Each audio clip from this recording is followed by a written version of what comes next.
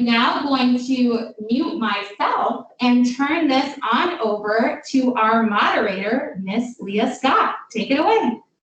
Thank you, Rachel, for those introductions.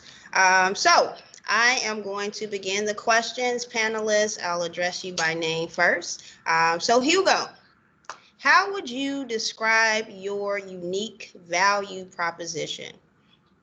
Well, I mean, I think I would describe the marketing side, is so value when it comes to your brand and yourself, and to let people know what you're going to do for them. Because at the end of the game, it's not about you. It's about what you're going to serve and what services are you going to give back to your clients. I mean, you can have, nice pictures and cars and do this, which I've seen a lot of realtors do, but that doesn't make or do anything for clients that are looking for themselves, not who they want to work with. And so what would you say, which Coldwell Banker tool would you attribute to the success of your unique value proposition?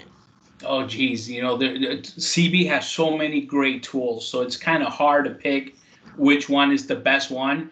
But if I had to pick one, I think the one that I'm really having fun with a lot is the CBX. And the CBX with the Moxie, I get to do a lot of creative stuff because I can first with CBX look for where my buyers are going to come from my listings, and then I can be creative and create an ad on Facebook, social media, and then use Moxie to present that to my seller and say, hey, look, this is what we're going to do, where we're going to find your next buyer, and boom, you just go from there. That's awesome, Hugo. So just to repeat, that CBX Buyer Locator, also on desk, and Moxie Present. Two great Correct. tools. Maha, how would you describe your unique value proposition, and which Coldwell Banker tool would you attribute to your success? Unmute yourself, I'm sorry. Okay, I would say for me, it's being authentic and always take the extra step. And for me, it's not about generating money. So transaction, like a lot of agents might think transaction equal this amount of money. For me, no. You go the extra step, do serve better, and the money will follow. Now, when it comes to the tools, I mean, I use several tools, and thanks to you, Leah, because I meet with you very often and you help me through those. I use BrandServe, I use InTouch, Prospect Square, been great because we've been generating like market reports and posting it on social media, sometimes on a weekly basis or bi-weekly basis. And then once a month, I would post those ads or the market report. I will post it so it would help buyers to log in there and check the new listings on the market. Wow, that is so awesome. So BrandServe, Prospect Square, market reports. Perfect. Yeah. Shelly, if you could unmute, how would you describe your unique value proposition, and which Coldwell Banker tool or tools would you attribute to the success of your unique value proposition? Hey, Leah. So my unique value proposition is basically, it's based off of what I offer to my clients. So I think my main thing is the success of my clients is my mission. So I make sure that's very clear in my value proposition. And then I also just make it known that I help not only, one aspect of real estate, but I do buyers, sellers, renters, investors. So I also want to make sure that my sphere, my clientele knows that I do all of that. And then as far as tools, there's so many, but I think my like honestly, my favorite has just been all the classes and the trainings that Coldwell Banker has to offer. I think that always, I just walk away with so much knowledge and so many new tools, and it also motivates me to continue to get out there and prospect. Wow, that's awesome, Shelly. Thank you for that. And you can find those awesome trainings on Sales Pro and our Chicago Field Marketing YouTube channel. Education trainings are also on Sales Pro as well. Thank you, Shelly. So Hugo, let's go back to you.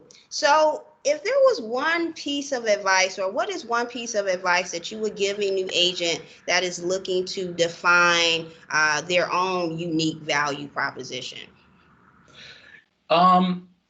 Like with any agent, I guess the mistake I did was that when I first started, I didn't have the education that CB has. All those free classes, all those free tools. I think as a new agent, you will find your own, value within all these tools that we have. And I'm not saying you have to use all of them, right? Because there's just so much. But if you discover the one thing just to start and work with that, then once you are an expert on it, then jump into the next one. Absolutely. That's great advice, Hugo. Maha, what's one piece of advice that you would give a new agent that is looking to define their unique value proposition? Unmute yourself. That's okay. I will definitely tell them to be consistent, definitely learn. For me as a brand new agent, when I came into Coldwell Banker, I was missing a lot of things, and just being consistent and learning and have an open mind. What else I'm going to say? I mean, for me, it's consistency, really. Just being consistent and be patient. Be patient. I mean, it will happen eventually. When you do the work, I mean, it might take a little bit of time, but eventually you will get there. That's awesome. Thank you, Maha. Shelly, what is one piece of advice that you would give a new agent that's looking to define their unique value proposition? I think it's important for new agents to talk about and really get a feel for why they got into real estate in the first place. I think that'll really help with the value proposition, determine what you want to offer, and just be enthusiastic. And I think that'll attract clients and business. Thank you. So just to review, education, consistency, and finding out your why. So those are great places to start. Hugo, so this is more of a personal question for you. Your website is awesome, interactive, engaging. What was the decision behind branding your website towards buyers? Well, I mean, the technology changes, right? And so you have to go with it. You can't just stay behind and think that something's going to work that was working maybe 5 or even 2 years ago, because that's how quickly social media is changing and everything. So you have to be up to date with the technology. Websites don't work anymore. It's all about landing pages. And people see a landing page, but they think it's a website, and it's a totally different thing than a website. Thousands of people go through your website, but you don't know who they are, right? So you have no information like who went through your website and how can you capture some of that information. So if you create a landing page, you'll definitely know who these people are, and you can target them if they didn't put their information in there. And so with your website, Hugo, is that something that you designed yourself? Did you work with a website designer? Who recommended that landing page strategy for you? When I first started with my real estate, I was in a different office. Like I said, I didn't have a whole lot of education and coaching. So I kind of figured these things on my own. I did my research, and I noticed that a lot of people out there were using landing pages. I was new to it. I didn't know what it was or what it was doing. So I did my research, and it kind of makes sense once you read through it. And I was like, oh, well, yeah, of course. People want something, and they're willing to give you their information as long as they get what they want. If you're just not giving them information, obviously no one's going to leave their email or their phone number or their name. So it's really up to you. What value am I willing to give you so that you can actually put your information, and then I can follow up with you. That's perfect. Thank you. Maha, you incorporated videos into your branding strategy. So what inspired you to begin to incorporate those videos? Well, you know something, Leah, I was resisting videos for a very, very long time. And I was very fearful and very nervous. But wherever I go, I would hear, oh, Asians should do videos. They should be more present. I would listen sometimes to Tom Ferry online, and he likes videos, videos, videos. So the first video I did, I was really nervous and horrible. And of course, as everybody noticed, I have an accent. So that was one of my big fears, because I would listen to the video and say, oh, I don't sound good, or I don't look good. And Tom Ferry always used to say, just get over it, And thanks to you also, you taught me how to use iMovie. So I start creating movies, or like short movies talking about like buildings in the Gold Coast. And then it started like developing from there. Just now what I'm doing short videos for 1 minute. It's easier to post on Instagram or on Facebook, sometimes with tips for buyers and sellers. And sometimes it's nothing. I'm like leaving the gym and saying, hi, I just left the gym. Today I have a busy day. I have 2 listing appointments. I have 3 showings, just to show the real me. And that's how it started. And it gets better with time. Absolutely. And I remember when we first met, and you were so committed and determined to learn how to do your own videos and edit your own videos. So it does take determination to learn too. And because you've come such a long way, what kept you motivated to not give up and maintain consistency and commitment to your brand? Okay, so until this day, I still have fears of video. And I always say I have to break that fear. I mean, I would do in the beginning, I used to like re-tape the video several times, and it's never perfect. Now I still do it, but it's much less. I will do it 2 or 3 times and say, oh, what the heck?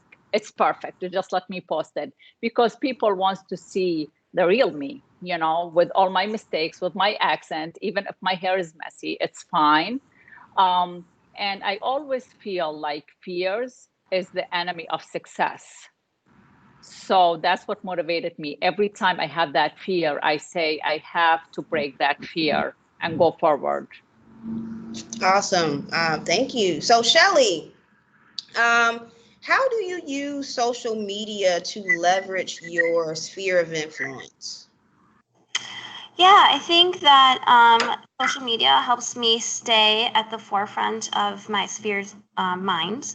So I think that it's just been an easy way for me to consistently remind my friends, my family, and then, just the rest of my social media sphere exactly what I do. And it's just an easy way for me to, share my life and show what I'm up to. And I think that's really helped me as far as, people reaching out and asking questions about real estate, and not only real estate, because I also, post about what I'm eating and where I'm going and my dog. So it's helped me a lot to just keep in touch with everyone and interact.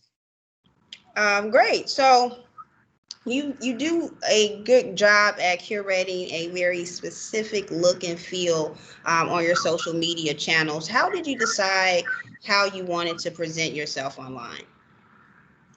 Well, thanks. It's just, I decided to kind of focus on like a few things that I enjoy. So I didn't want it to be just a cluster of a whole bunch of things, but real estate, obviously. And then I'm obsessed with my dog. So I decided to include him. And then basically, just I just highlight where I like to eat and where I like to go. And it kind of also showcases the neighborhoods that I work in. And honestly, I just decided to be myself. And I think that a lot of people can relate to what I do and how I go about doing things. So I think that helped me figure out kind of how I want to portray myself on social media. Just be me. Does your dog happen to have their own social media page? No, I've thought about it, but I Just feel curious. I need to get better at being consistent with my own social media. So once I get that down, then maybe Rufus will get his own Instagram. Rufus, I love that name. Thanks. Okay, so Hugo, when you decided to even generate or start that landing page, did you consider niching down when defining your own unique value proposition? Because I speak to a lot of agents and they really just want to target buyers and sellers, but they never consider maybe niching down to maybe first-time home buyers or investors or et cetera. Is that something that you considered when defining your value proposition? Oh, absolutely. I mean, you can't just have a landing page for everybody because it doesn't work that way. You got to have a landing page for separate niches. You want to have one for sellers. You want to have one for first-time home buyers. You want to have one for investors. I mean, you want to have one for renters. That's the way to do it because, people are not, they might land to your page and he could be a potential buyer. And if he lands on your investment landing page, well, he's not interested in that. So he's going to go away, right? So you have to have a separate landing page for different niches. And then that's how you narrow it down. That's awesome. What about you, Maha? Did you consider niching down when defining your unique value proposition to buyers and sellers? Well, I would say my niche for real estate, like most of my clients will come because I lived part of my life or many years of my life in Northwest Indiana. And then I came and I had my license here in Illinois. So most of my clients are second home buyers who are like owners in Indiana, Northwest Indiana, and they are having a second home here in Chicago. But then after all, I'm here to serve everybody, whether it is a second home buyer or a seller here in downtown or the surrounding area or investors. And I have some investors too from Northwest Indiana who owns in the city, for investment purposes too. Perfect. What about you, Shelly? Did you consider niching down when defining your unique value proposition? Yeah, I think initially when I was a newer agent, I was working with a lot of first-time home buyers. So I would say that was my niche. But I feel like now that I've been in the business for a while and I've been, just more comfortable with different levels of clientele, I'm kind of all over the place. I don't know if that's something I want to work on. But for now, I think like Maha said, I don't discriminate against any of clients or clientele. I'm fine working with first-time home buyers as well as higher end. So kind of perfect. Yeah. Okay. So just back to the question about that one piece of advice to a new agent that's looking to define. What about a seasoned agent that's looking to rebrand in a digital market? Hugo, sorry. No, that's fine. I knew I was going next, so I was ready. So, you know what? I would keep. It's the same advice. It's the same advice. Marketing and technology changes. I've heard I've been talking to a lot of realtors and they told me about how they used to do it back in the day with the MLS and the listings. which I was like, I could have never done that. I would never get into real estate doing that, you know. But they did it. They're survivors and they're still here. But now they're, you know, what I noticed is that a lot of them, older agents or seasoned agents, they're having a hard time with the new technology. And I get that, because even myself, you know, I don't know everything, and sometimes it could be overwhelming because things have a glitch or they're not going the right way. But you definitely just have to keep up with the technology. You know, take the wonderful tools and the classes that you and CB, you know, teaches, and everyone will be fine. And nothing's going to be perfect. You know, everything takes its time, but you know, with time, you will definitely get there. I agree. And with the free education and training that we have, there's a lot to dive deep into. When I was an agent, or when I first became an agent in 2008, my real estate training consisted of a thick stack of phone numbers for cold calls and scripts and a desk and a phone. And that's all that we had. No social media marketing, no technology, no nothing. So the tools are of abundance here at Coldwell Banker to definitely define your own unique value proposition and to set yourself apart from other agents as well. Maha, what about you? What would you advise a seasoned agent to rebrand in a digital market? I agree with Hugo. I mean, they have to pivot and adjust, especially with everything is going on right now and doing a lot of things virtual. Also, I mean, I would say even for videos, they shouldn't stop or have the fear. Like I said, the fear is the enemy of success. So Leah, I was watching today and yesterday Christopher Shu, which he is a big agent of Coldwell Bankers in Beverly Hills. He's been in business for 35 years, and he was doing a virtual open house, and he's always doing videos. So I mean, age or being in business for a very long time doesn't stop us from improving ourselves and learning new things. Thank you. That's awesome. What about you, Shelly? What would you recommend to a seasoned agent looking to rebrand in a digital market? I would just say, don't be afraid to ask for help. If you see other agents in your office who are doing really well, I think most of us are open to helping our peers. I think that, and then just attend as many classes and trainings as possible, because we have all these amazing free tools and resources that definitely have helped me. So I'm sure it would help the seasoned agents as well. And also not to be afraid to, learn new things. And of course, seasoned agents have been very successful for a very long time, but it doesn't hurt to learn new things and expand. I agree.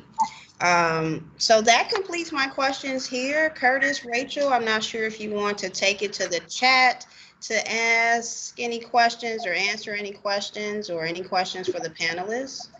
I do have some questions. Thank you so much, Leah, and thank you, panelists. I've actually been keeping running notes with Curtis as well in the chat. You guys have dropped so many nuggets of information in the chat, so thank you guys so much. So I've been kind of keeping running notes for all of the agents on here, so I encourage you guys. What's great about Teams is these will be immortalized here forever, so you guys can go back. But I would love to kind of put it back to each of your panelists, but I'll kind of go in the order Leah's been doing. So you go first, then Maha, then Shelly. But I would love to get your guys' take. Obviously, we're in a super virtual world right now. And during the stay-at-home order, all of us had to pivot to doing so many things totally virtually. Now, obviously, sellers are doing a lot more in-person listing presentations. But all three of you guys moved to doing some Moxie presentations, either virtually or now in person. And I'd love to get your feel for how you're feeling the Moxie presentations are working for your listing presentations, specifically with Listing Concierge, and how that value add of having all of your listings go in the view, which is the print advertising, being on the TV show, having those home spotter boosts, that targeted marketing. Go through all of that. So Hugo, I know you've used those a few times in the Moxie presentations we've gone through. So if you want to touch on that and how maybe it's worked. And maybe you guys have used them for your buyer presentations too. So Hugo, if you want to start. Yeah, absolutely. I mean, like I said, Moxie is a great tool for buyers and sellers. It doesn't have to be exactly for sellers. I was using it all year with all my clients, buyers or sellers, because they were one, like you said, it was a very hot market, and we were getting into war bids. We were getting into situations where, are we going to overprice? And so using Moxie was giving me the advantage in showing my clients, hey, I just did the comps for you. Take a look. I think we're good, blah, blah, blah, and give them a whole run of the presentation. And at the same time, they have all the information from all the rest of the comps. So again, it's a great tool to have. And for the sellers, the same thing. I used to do an extra step, which was I used to print the Moxie presentation in PDF and print it out and deliver it to my clients. But now with the whole COVID thing, I prefer not using anything, and I'm sure they won't either. But by sending it just through email, they will have the entire presentation. Plus, the coolest thing that I learned about Moxie, which I'm ashamed to say, I did not know it until a stay-at-home order when I started, for those of you from the Lakeview office and Westloop office and even Gold Coast, you knew I was running every Friday presentation, is when you send it digitally and you send in comps, right, for buyers or sellers, those are clickable. So like Hugo was saying, if you send a buyer the 6 comps for the property you want to write an offer on, they can actually click those properties and pull up on your CB Homes website the full listing if they want to see it that way, or they can see it side by side. And I had no idea that Moxie did that. So that's super cool. It makes it interactive, which you can't do if you print it, but I get your point on printing. Right. Yeah. Maha, what about you? Well, actually, I'm just like Hugo. He said that's what I did. Actually, I would send the Moxie as a link through the email and have them look through it and answer any questions they might have. And actually, we incorporated inside Moxie from Coldwell Banker Home. When it's on YouTube channel, we put a link there too, so they can view how we can advertise on TV their property. And just like Hugo too, I used to print them too, take them as a print version so I can sit with the client and go through everything, and they have the one in their email too. So just in case if they need to go, like either review it before I get there or go back and review it after we already met and discussed. Cool. I love, Maha, that you connected you connected the CB Homes like video so they can see it in real time. Because I don't know if you guys have seen it yet or not, but I encourage you guys to check it out because it plays like a real TV show. Like there's hosts actually that talk about the properties, which is really, really cool. And Shelly, what about you? Have you used Moxie a lot with your either buyer or seller clients? Yeah, I've used Moxie a lot with my sellers, and everybody finds it to be very impressive. I actually haven't implemented it on the buy side, and that's something that I do want to work on and kind of explore and see how I can make it useful. Awesome. Well, you're welcome to join in our newbie group, not this Friday, but next Friday, because we're going to be building those together, and that's everyone's homework. So I'll send you an invite. Thank you. Yeah. Awesome. And then, I don't see a lot of questions in chat, but we've got a few minutes. So I wanted to ask you guys, because, it's been a really challenging year. And I love how positive the three of you are. And when Leah and I and Curtis were putting our heads together about agents that we really felt were so good at leveraging Coldwell Banker's value, because like each and every one of you said, there are so many tools here, and not every single one of them is going to work every single time for each and every one of you. That's why we have so many tools, because each one of you runs your business a little bit differently than the other one. But the fundamental underlying value is all of you guys are here to serve. You all lead with service in mind. You all have your clients at the forefront of your business, which is something we very, very much admire about all of you guys. So I kind of wanted to ask something a little bit fun and positive. I know in particular, Maha, one of the really fun things you did for your clients to give back during the stay-at-home order. So I'll put you on the spot first, but Shelly, I also know some things you joined in on during the stay-at-home order. So I'd love if you guys could share something that you did virtually, either with family or friends or with clients that you were able to connect and give back. So Maha, do you want to share the gift card giveaway that you that you did with your clients over the stay-at-home order? Yeah, sure. So what I did, I came with an idea that the businesses were going through a very tough time by closing down. So I went to 5 local restaurants and I bought gift cards from those restaurants. And then I put on social media, I advertised people who will like my post. Of course, I mean, I took a picture with $500 a card in my hand saying that you will win up to this amount. So then I advertise everybody who click the post and will share it on social media and tag their friends will enter the drawing. And so then on a live session on Facebook, I did that drawing. And actually, Rachel, you were one of the winners. So it was fun way, to do it. It was really natural. It was kind of scary for me because I don't like to do live too much because then I'm more scared. But then I said, what the heck, I'm just going to do it live and whatever happens, happens. And if I make a mistake or mess up, it's fine. So it was really fun. You had so many good reactions from it. And it worked on a lot of levels because, and Maha and I have coached about social media with each other as well, but you were able to give back to your local community of restaurants, which Maha is a foodie. So if you guys are looking to take anybody out to lunch to learn more and learn about business and real estate, invite Maha out to lunch, let her pick the place because it's guaranteed to be good. You were able to give back to your community, you engaged your sphere, and it was really, really fun. It was a good way to sort of bring it all back together during a time that was really challenging. And what you also learned is, especially going forward, is this is something that you can do quarterly, stay-at-home order or not.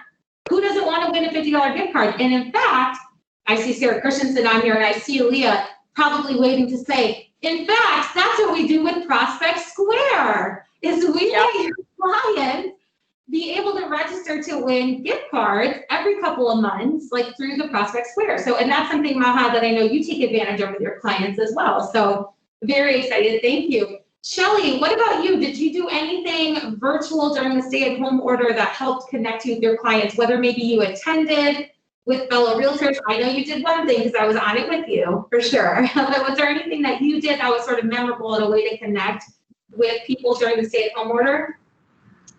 Yes, I did my very first Facebook Live virtual open house at one of my listings, and I was terrified. I hated every minute of it, but I think in the end, it really helped get my listing in front of a bigger audience, and my sellers were obviously very excited that even though their building wasn't allowing open houses, they were still able to get traffic and just interest from prospective buyers from the virtual open house. That's so interesting. So you did it on Facebook. How long did you run the virtual open house for? I think I was on there for 10 minutes, 10 to 15 minutes.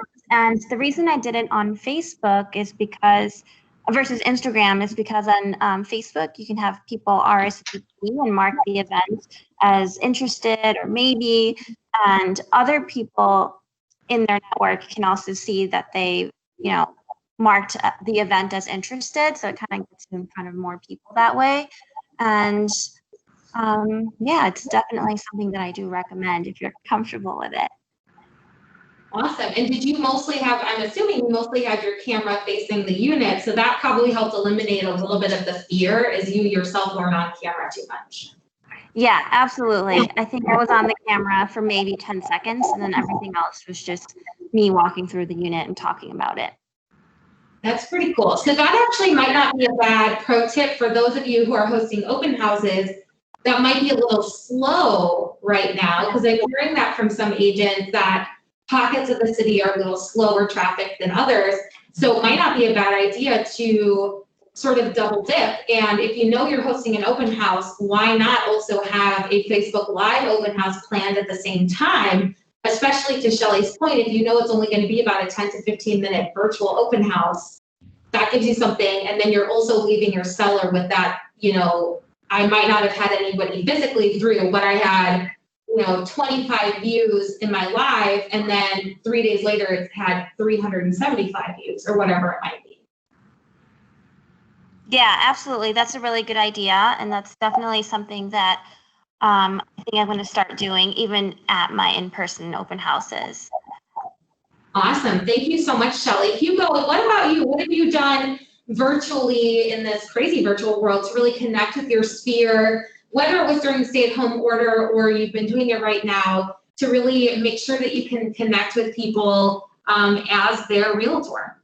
Yeah, well, for me, even from the beginning when we were on the lockdown and everything, was just keep posting information on social media, just whatever information that I could get, how it would affect real estate, how would we sell someone's property, all that information I would always post, so I always stay in front again of the social media and let everyone inform, hey, this is the situation. I can do a showing for you if you don't want to go out and you're still looking to buy.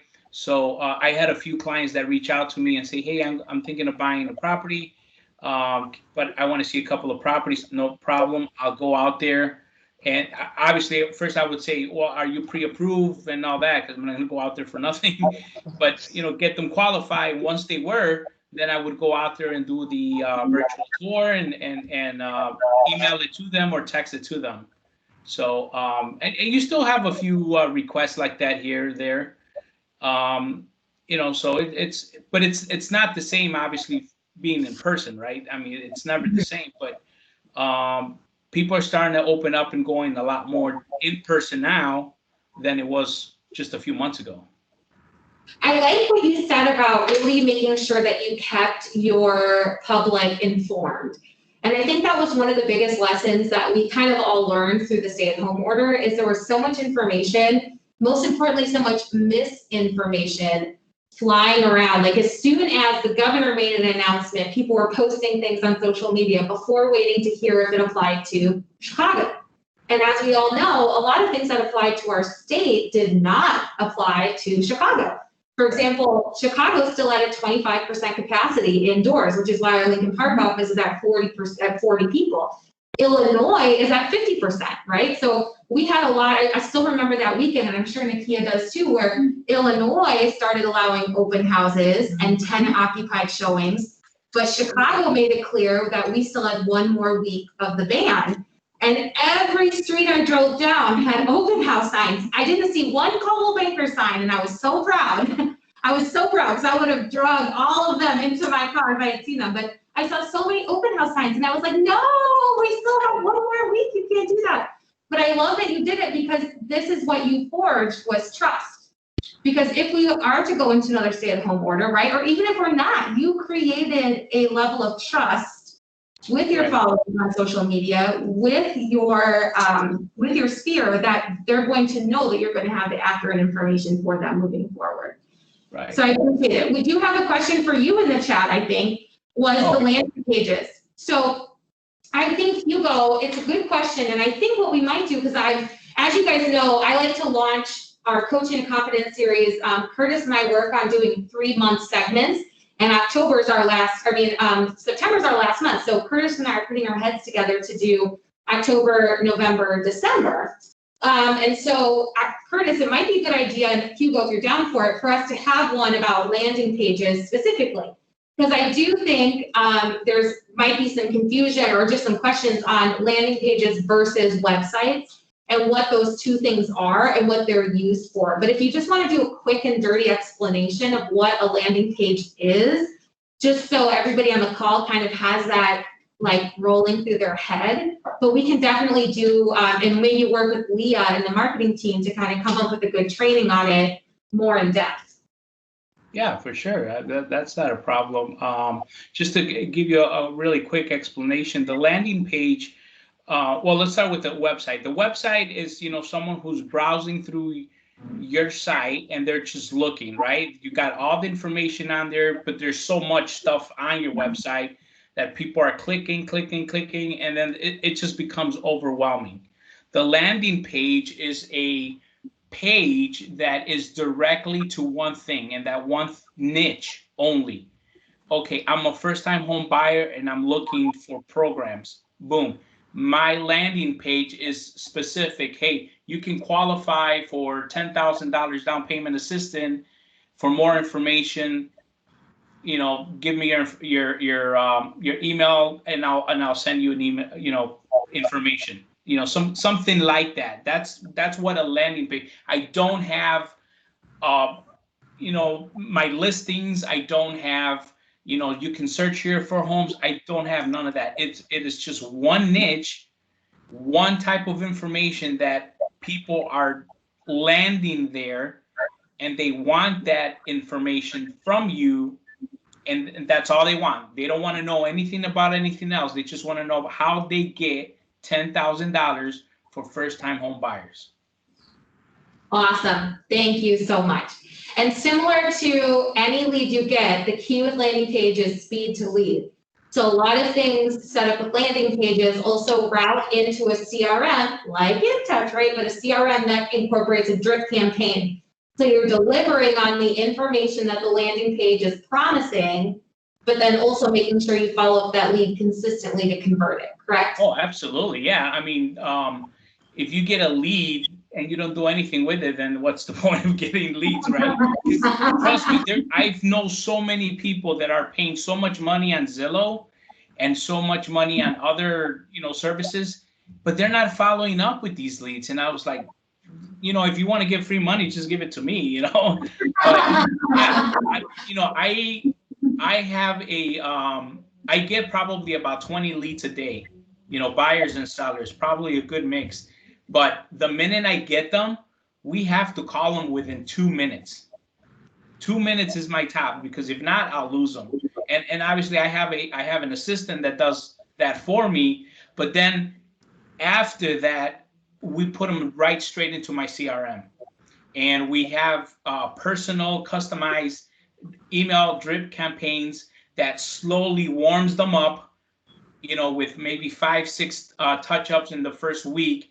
And then after that, depending on their situation, either they'll go to a cold or a hot or a warm another email campaign. But, that person or that lead is already in my system, and we are ready to help that person whenever they are ready. So we don't push it to the extreme. We just, hey, it's okay if you're not ready to buy. We're not going to push you. You call us, but here's all the information you need, and just, keep searching. Awesome. And Rachel, Exactly. So one landing page that agents can move forward with today, or just an example, is the sales page on InTouch, the What Your Home Is Worth page, a very simple page that you can consistently add to your social media. Anyone that you can boost that post if you choose, anyone that requests that CMA is directly imported into your InTouch to either create that CMA through Moxie or use the InTouch CMA services, but you can use that lead to add to a drip campaign and nurture further. That's it for me. Oh, it won't. Thank you. I'm like trying to type it in the chat, but every time I try to type worth, it tags Joy Worthy Johnson. That's okay. I'll type it in the chat. But thank you, Leah. That's such a good point. So I see a really good mix of both seasoned and experienced agents and new agents on this. And I really cannot stress enough the importance of using a CRM. And what I love about Coldwell Banker is that we have a really robust CRM that's for free for you guys to use called InTouch. as it's no secret, I tell a lot of agents, but I've been at 3 other companies. A lot of companies offer a baseline CRM. I've never been at one that has something as robust as InTouch. So I really recommend that you guys go in and play with it, whether you're brand new or you're a seasoned agent. What's great is we offer through Sales Pro, the Field Marketing Services offers live virtual classes, thank you, Leah, all the time. Or again, if you can't make it live, go into the Field Marketing Services YouTube channel, which I put in the chat. There's probably 4 or 5 YouTube videos on all the different features of InTouch, and it doesn't even cover all of the different features. But drip campaigns are going to be a huge part of it, because that's when you get a lead that isn't somebody you know. It's not Curtis talking to me every day and I know to Curtis and I'm going to text him, but it's a cold lead. Maybe it's people from an open house. I tried texting them the first couple of times, they're not responding. So I'm going to put them in the drip campaign for buyers. They're going to hear from me every couple of weeks or every week for 6 months. They don't know that I set and forget it. But when they finally have decided that they're ready to buy real estate, they're going to email me because they've been hearing from me every week for 6 months. There's so much that our CRM can do through InTouch, so I really encourage you guys to do this. And there's this old adage in real estate that you are only as good as your CRM. If you're not tracking who you're talking to, how often you're talking to them, and what's the last thing you talk to them about, then you might as well not even be in this business, right? Because it's 5 calls a day, 3 appointments per week, 2 clients per month. That's like the 5-3-2 that we talk about over and over and over again. So keep up with that. We're a couple minutes out, so I want to thank from the bottom of my heart, and I'm sure I speak for Leah and Curtis as well, but I'll let them have their comments as well. Thank you so much, Hugo and Maha and Shelly, for being part of this. You guys are all rock stars. You are truly star power agents here at Coldwell Banker, and I know you guys are incredibly busy and could have spent this hour selling homes, writing contracts, converting leads. So I appreciate your time so very much, and I'll turn it over to Leah and then Curtis to round us out. Yes, thank you, Rachel. Thank you, Hugo, Maha, and Shelly, and those recommendations and advice for new agents. I say this all the time, but it hits harder when it comes from the agents that you're actually out there utilizing the tools and you do have success in your business using them. So thank you all. If you all have any questions for me or want to move forward with a one-on-one, please feel free to email me directly. I'll throw my email in the chat. And that's it for me. On to you, Curtis. Hey, I just wanted to say thank you. It was great information. It is always learning by your peers, and it's great to hear another agent's idea or how they come at solving a particular problem, what their remedy is. And I was always intrigued by